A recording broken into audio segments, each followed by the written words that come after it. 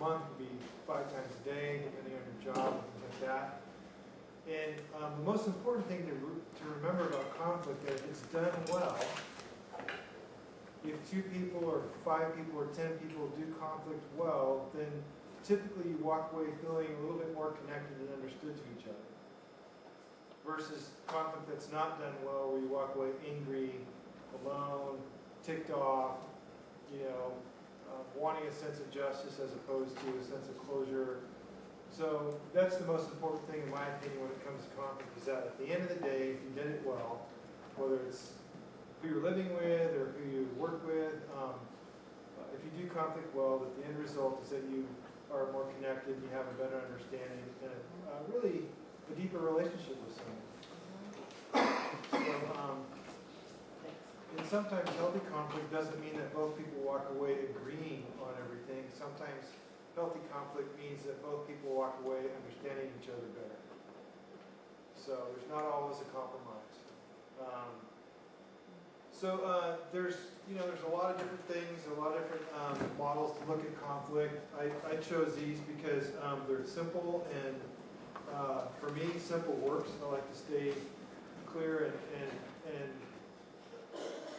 try not to stay too psychobabbly. So if I get psychobabbly, let me know. It means I'm just trying to filter. Yeah. Hey, mercy. So the first and foremost part of conflict resolution, it actually happened today at my office down in Auburn, is just affirming the relationship or establishing the fact that the person you're in conflict with, you have a relationship with. So this guy shows up, I'm in session, he's banging on my office door, which really ticked me off. He didn't tell me what his name was. He didn't say who he was. He just said, "Do you own the brown truck downstairs?" I said, "No, I don't." And he thought I was lying. And had he introduced himself, I probably would have been a little bit more open to having some dialogue. "Oh, hey, Bob, nice to meet you. I'm Todd." And no, that's not my... But I immediately got defensive, and I was frustrated that he was banging on my door. I wanted to end the conversation quickly. I said, "No." And he said, "Well, whose brown truck is that?" I said, "Well, it could be my business partner." "Well, he parked really close, blah, blah, blah." I said, "I'll take care of it. Have a nice day." Still don't know the guy's name. So even in that situation, he's a fellow renter in my building that I rent from. He could have introduced himself, he didn't. He could have established the fact that, "Hey, I'm Bob," etc. It would have made the conversation so much different. So when you have conflict, especially with people that you live with, it's important to let them know where you're at in the relationship. "Hey, I really value your time, I value your relationship, I enjoy living with you," or "I don't enjoy living with you," whatever it is, but it's important to say, "Hey, this is our relationship. So, hey, Tom, we're colleagues, I really enjoy working with you, and the fact that you parked really close to my car kind of frosted me, and would you mind being more aware of that in the future?"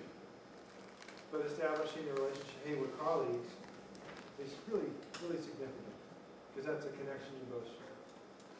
So, any ideas around that? Have you ever had that experience where someone didn't even ask for your name, or just jumped right in your grill? Expect. Yeah. The doggies do that.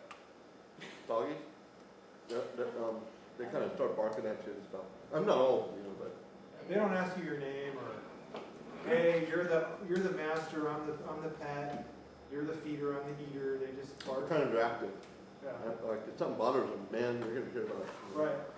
Hold back, So, affirming the relationship is just basically saying, "Hey, this is the situation, this is how we're in a relationship," and acknowledging that you guys have history together, or sometimes it's, "Hey, I don't know you really well, it's only been a week, and I've only been around for a week, and I really don't know this situation well," and even that can relieve some of the tension.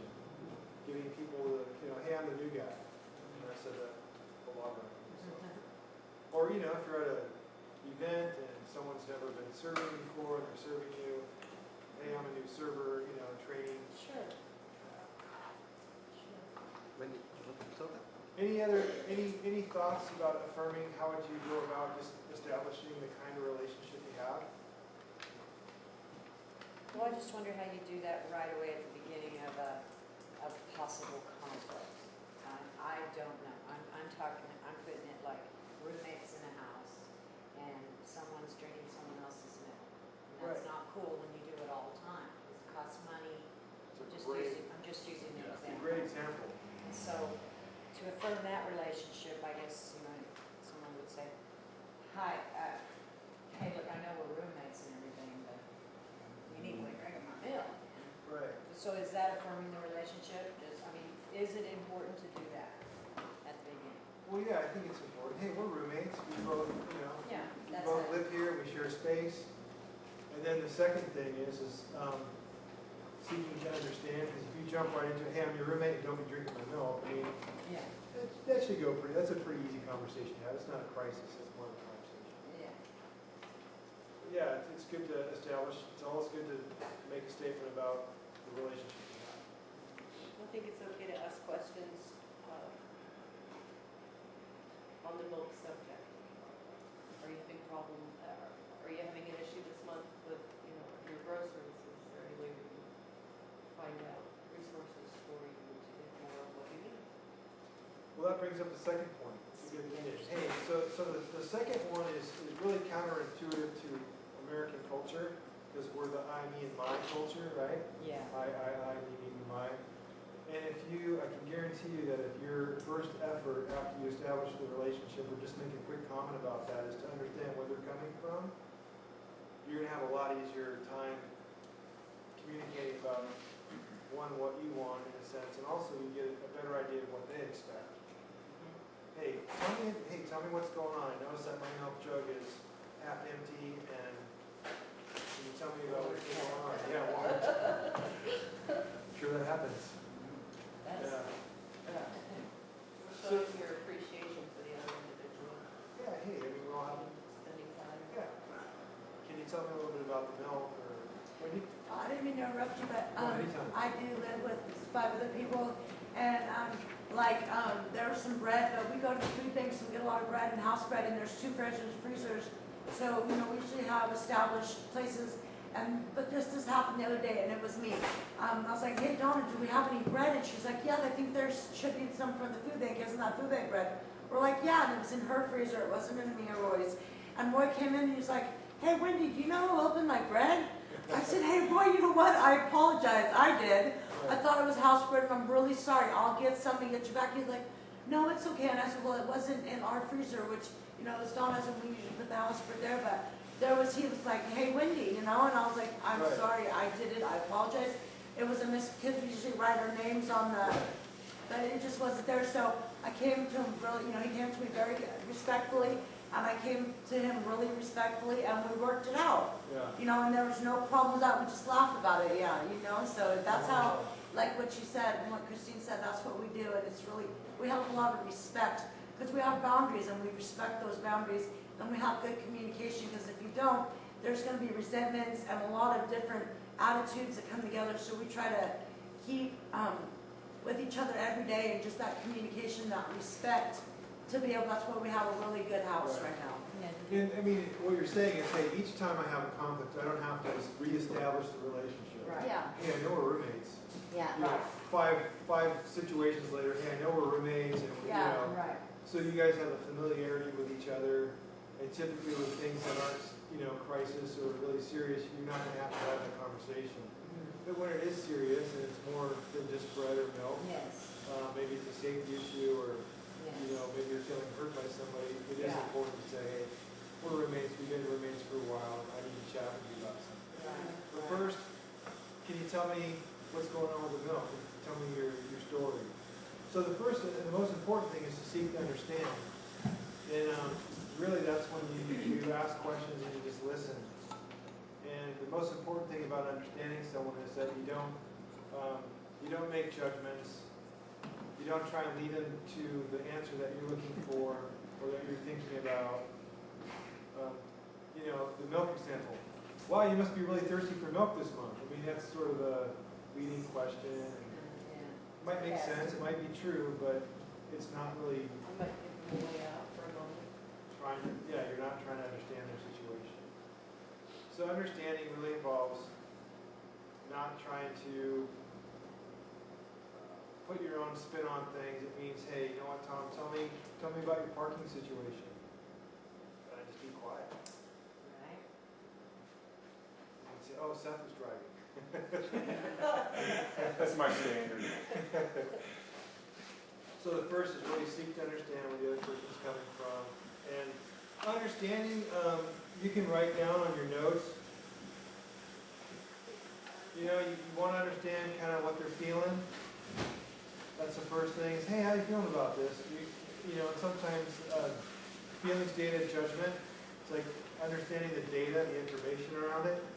Data is data. This is a cup of coffee. It's pretty clear. I mean, someone might say something different, but No, it's a nice coffee. you're right. It's an iced coffee. So I This- like confrontation. this is a pen. this is a pen. You know, so that's data. I was 15 minutes late as opposed to I'm always late. Always late to judgment. Right? So Overgeneralization too. right. So feelings, understanding their feelings, understanding the information, you know, what their perception is, and then kind of what they think about it or what their guess is. So feelings, data, guess. I wouldn't write judgment because people get all jacked up about that one. Feelings, data. Guess. And then sometimes you ask them, well, hey, what do you want in this situation? What do you doing? And then once you have a really clear understanding of where they're coming from and kind of what their experience has been, you say, hey, I'd like to share with you what's going on for me. Are you willing to listen? If they're not willing to listen, why would you have a conversation with someone? Well, true. Well, you're wasting both of your time, actually. Right. You don't wanna That's hear it. good. You Are don't you need to willing say to- it. Are you willing to hear me out or are you willing to listen? And if they say no, you can follow up with, this is my favorite thing. I hear no a lot. Hey, are you willing to have a conversation about it? No? All right, well, when would you like to do this? What would be a good time for you? You know, never. Okay, well then that lets me know I have some adult decisions to make. So really making the invitation, hey, are you willing to hear me out? Are you willing to listen to my side of my concerns? And most reasonable people would say, oh yeah, let me know. And so when you seek to be understood, you go through the same thing. You go through feelings, data, guess. Hey, I'm kind of frustrated about the milk being halfway down, and I'm guessing, Okay, I was wondering what you meant, where the guess comes in. yeah, kind of guess kind of what's going on. Okay, And I'm yeah. guessing, Well, yeah. guessing and understanding or you know, they're running side by side, but I think in certain situations, the person that's getting talked to about having drank the milk, their anxiety level might just shoot skyrocket the moment that you mention the subject, because they already feel guilty. Yeah, So that's there's, defense. sometimes they're just, you know, coming back to it, I think is a really positive thing. Yeah. Giving them time to think about how they want to express themselves. I think that's where our issues come in with co-living, is when the defenses go up. And that's what we need to learn to talk out in a more productive way, is when the defenses go up. Because what we know for survival is best defense is good offense. I'm here, I'm ready. Right. You know, either that or run, fight or flight. Your back's up. Yeah, but that's where we get stuck. And so that's what we gotta learn to push through right there. So one cue to know that someone's feeling anxious or scared is if their chin kind of goes up. It's amazing. I mean, I've talked to a lot of people in different conflict situations. Even last night we had one here. It was kind of interesting to watch body language. The chin kind of goes up. And it's just a facial cue or a body cue you can pay attention to that you go, oh wow, that guy's chin's up. He's feeling scared or anxious or angry potentially. And then you can cue out, hey, you know, I'm wondering how you're feeling about this. Is there anything I can do to make it more comfortable or whatever? So just paying attention. Plus, you know, if it's a high conflict situation and you have a right or reason to be sort of nervous about aggression, then you need to pay attention to those cues. Yeah. You know? Yeah, So, it's true. Drinking someone else's milk is kind of an aggressive act, isn't it? I mean, it's like, you know, when somebody does that, it's like, you know, sure, it might be one of those opportunity things, you know, but it'll also be perceived as an aggressive group, you know. So you would consider that to be aggressive? No, I mean, it can be, it's like, when so, like, let's call it, Oh, I understand. passive aggressive, you know. We do consider that as passive aggressive behavior. Like, just in all- like, in like all- someone does it on purpose, like, Oh, it no. might be Kind of like- an opportunity thing, you know, where, Kind of you know, I like just need a glass of milk. hiding something on someone.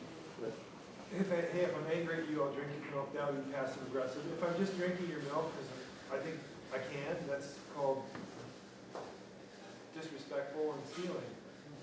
But yeah, if there's an emotional component to it where someone's angry at you or they've got an issue with you or they're eating your cookies or your milk and you've asked them repeatedly to stop, and they can afford their own milk and their cookies and they, yeah, that'd be kind of, be a little passive aggressive. Yeah, absolutely.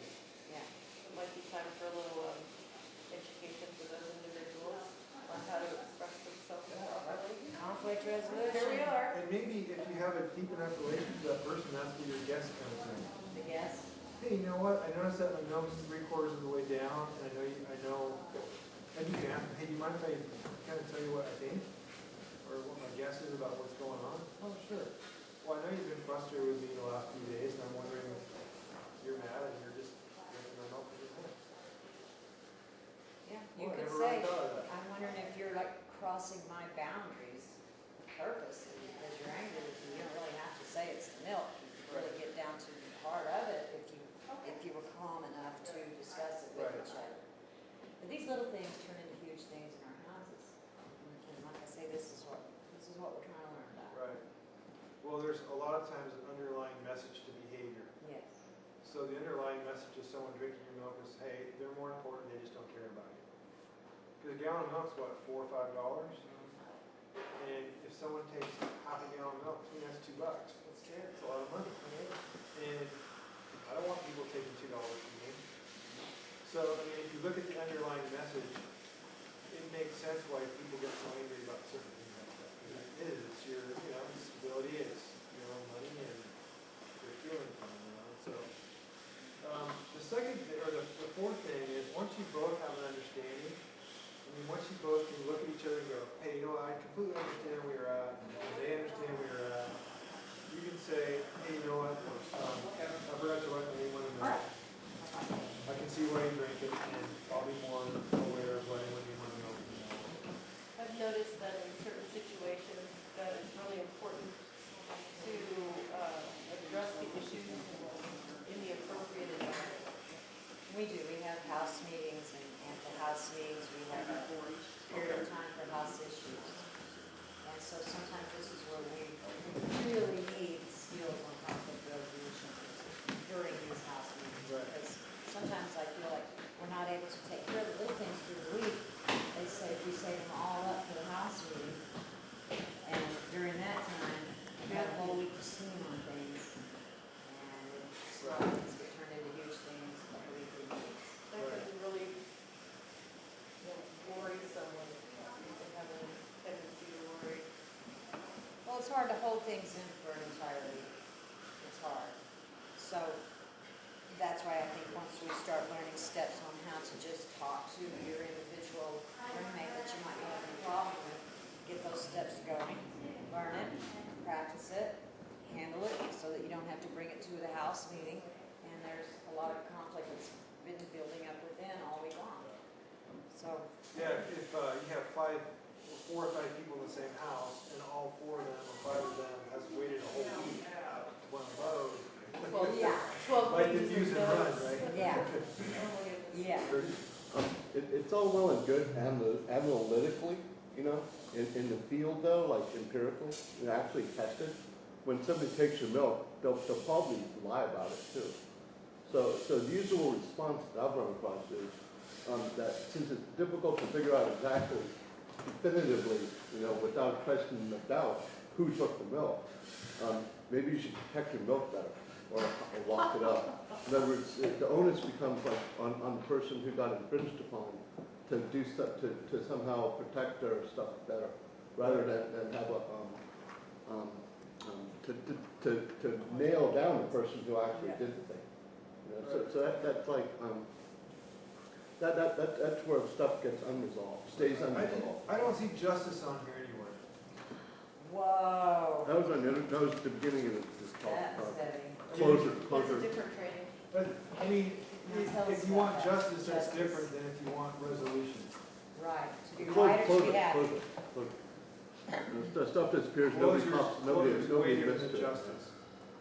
Closure's way different than justice. If you want justice, then you have a legal right to say, hey, someone took a half a gallon of milk, not a felony, not even, maybe not. I mean, justice is, hey, you know what, you took my milk, you owe me, right? You owe me half a gallon of milk, therefore, if you don't give me half a gallon of milk, there's gonna be some sort of consequence. So if you want, this isn't about justice, this is about resolution. And there's a lot of times when people have a need for justice, and there's also, I don't know if there's enough justice for a lot of things out there. Right. It's just when we start to notice antisocial behavior, you know, and there's no closure, or you know, there's no resolution, you know, this is the cause of antisocial behavior.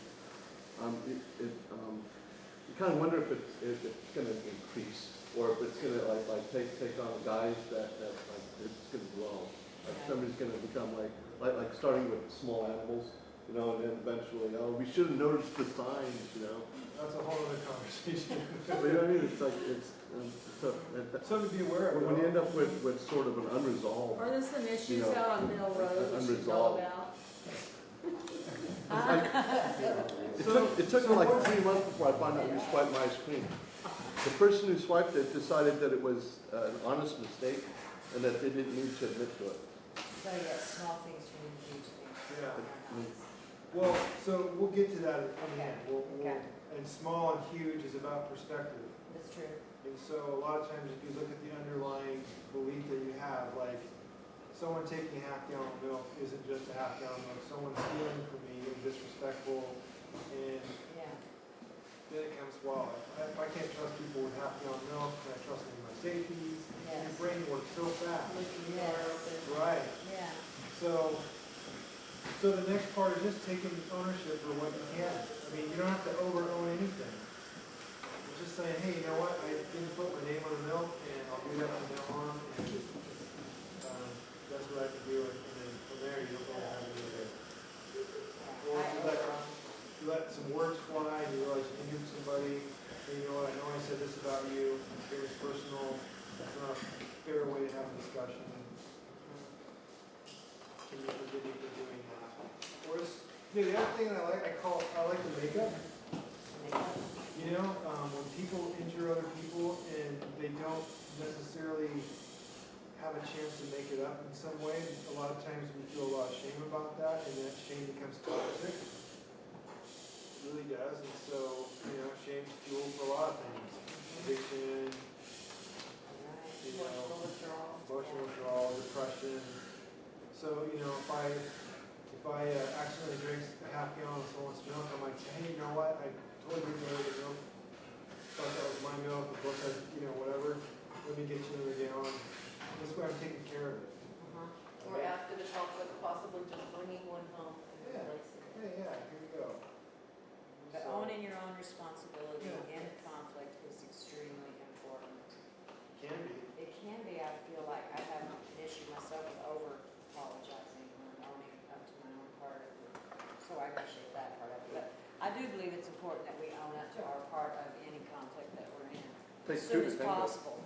Yeah. I'm learning to say, before I say anything. Yeah. Or, you know, there's some people that want you to own more than necessary. Yeah. And there's people that are good at owning more than necessary. Gandhi seemed to do that. Yeah. So Gandhi, you know, the Mahatma. Curtis here, Never amazing. apologize. He took on the sorrows of the world. It's true. He was a martyr for sure. So the next step is once everyone's kind of clear on what their deal is, what their responsibility is, you kind of seek agreement. Like, hey, I appreciate this conversation. Is there anything that you need from me? I love that question. Hey, I know that I've injured you. Is there anything that you need from me? Okay. I know I injured you, is that what you said? Yeah, hey, I know that, you know, or I hurt your feelings. Injured's kind of a strong word. Yeah, hurt your feelings. I Yeah. you know, I schedule about 8 1,800 appointments a year. Yeah, about 1,800 appointments a year.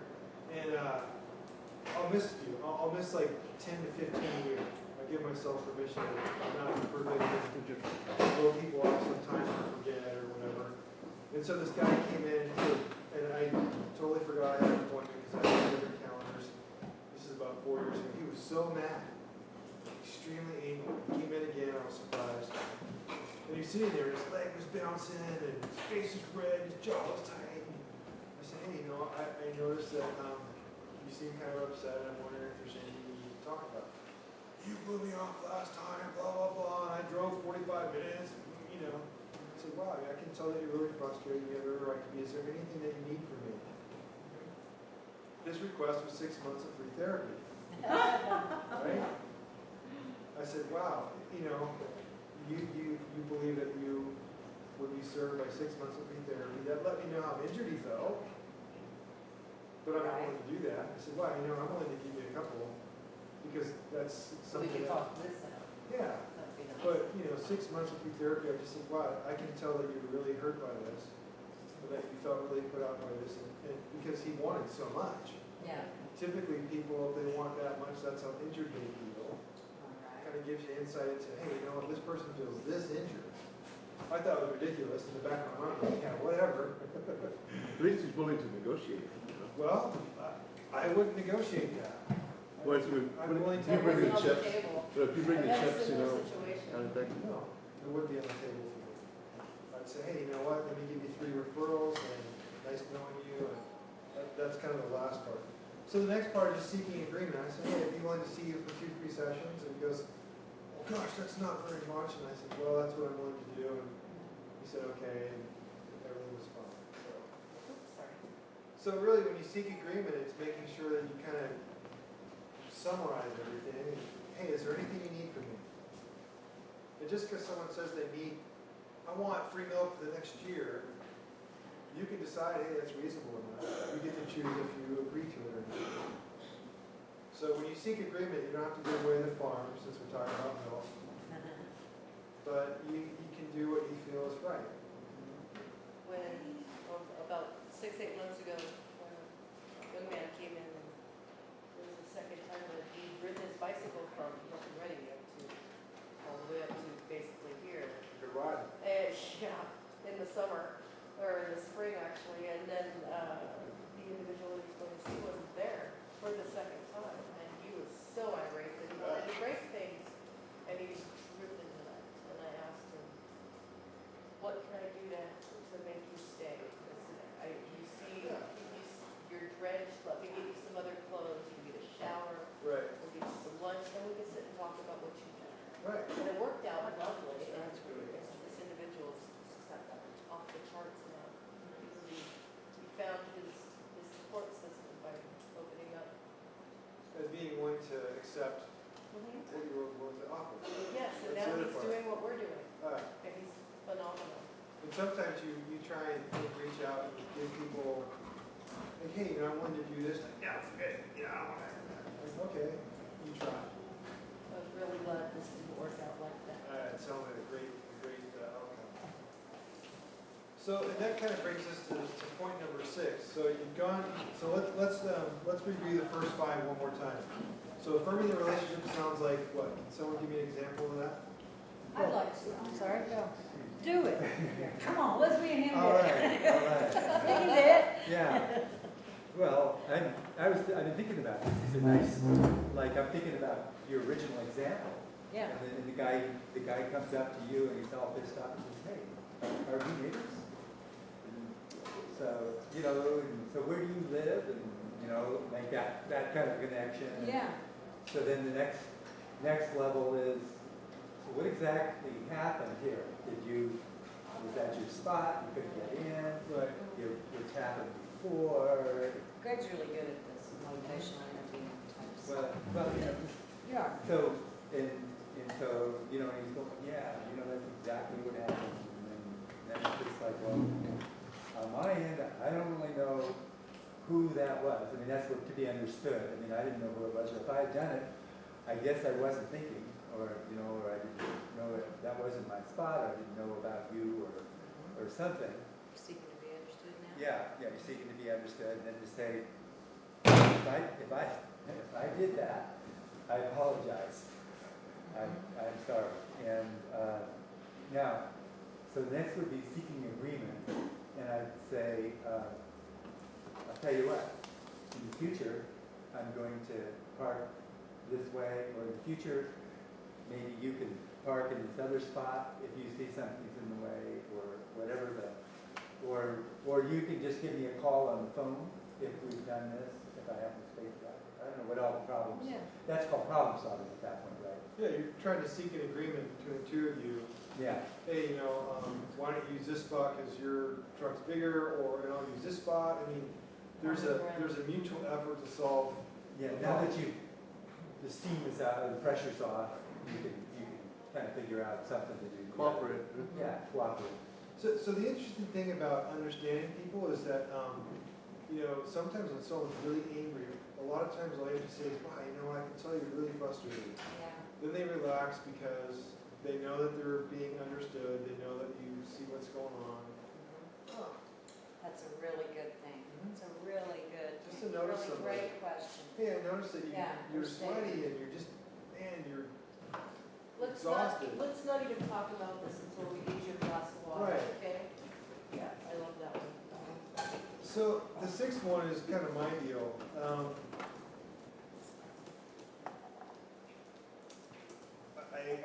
I hate being a victim.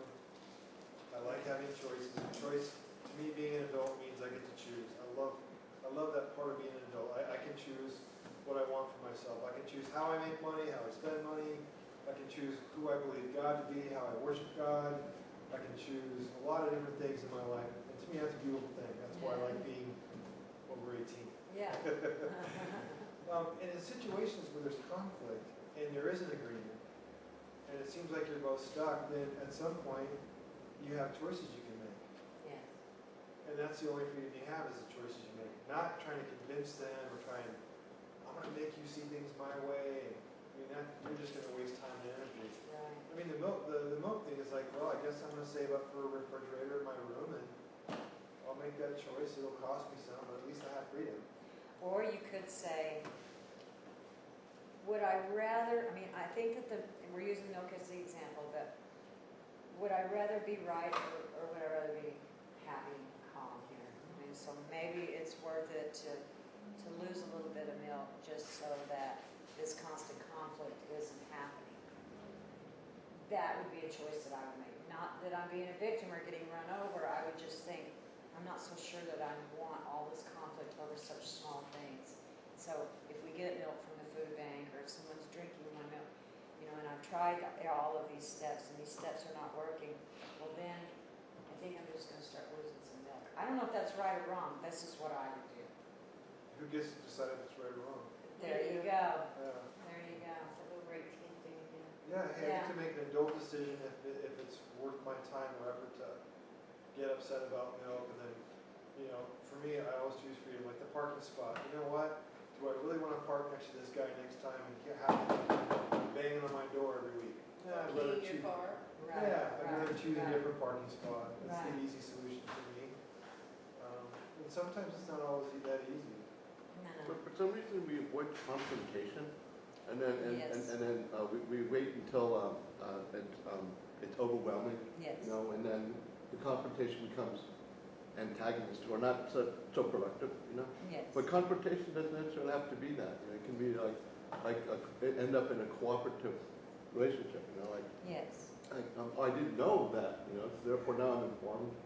Yeah, But it not to seems like interrupt it's you, one but of that's the- why we're here, it because seems one of the- conflict resolution, it gets rid of confrontation once we learn how to do it right, I do believe. We Well, don't confrontation usually comes from not believing that you're free to choose as an Preach. adult. There we go. They're doing something to me, therefore I'm stuck, and I have to try and convince them that they need to change their behavior so I don't have to feel the way I feel. Which, good luck with that.